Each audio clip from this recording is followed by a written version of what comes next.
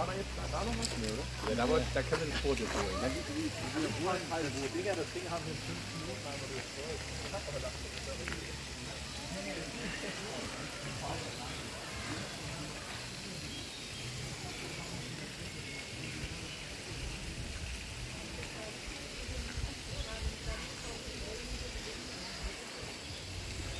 Olha